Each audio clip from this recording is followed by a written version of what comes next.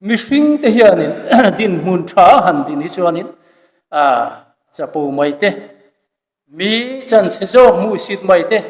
mi noi nung zo le chan che zo ka kan ngai te han ngai ne mai te hi ol viau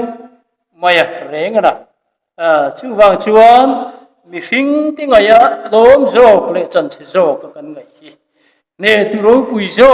din huna hian an ding fo ani zo hana te anga ke su ka chak lova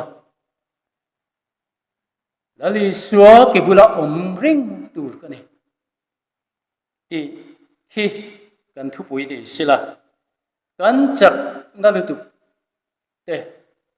kan that lu tu na te hi min ti sak lo tu ani fo thin Henry chu Indona akut le ke kha an ka saka kut le ke ani to lova eng po ti don sila mi te tran puina lo chuan a che thei to lo kha tiang reng reng a nun kha Henry kha nin a kham to lu tu ka an ho tu pa ne na kha thi adil tok mai ne ma se chu adil na chu an ho tu pa khan ti nge chan o Henry Lalin tuna hian alama mo che ti kha a chan na ni su tiang chuan Henry a ding na kha no lin Lalin tuna hian alama mo che ni in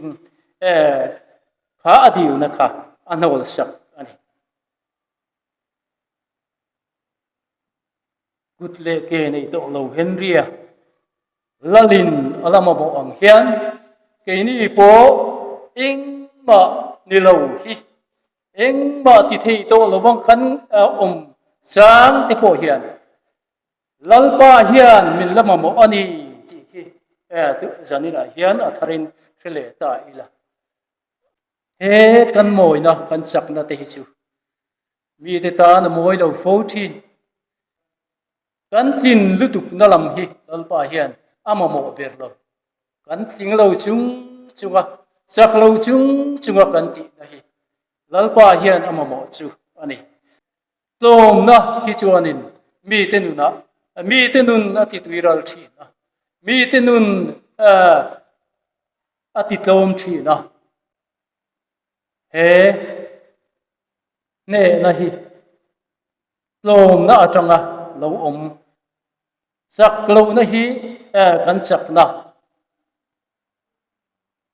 he kan tlom zo na atang hian ne na ale din mun tha zo ka kan din pha fo the ni ti hi zadina hian kan ria thar le poimo khok mai lalpon kan jatan mal som se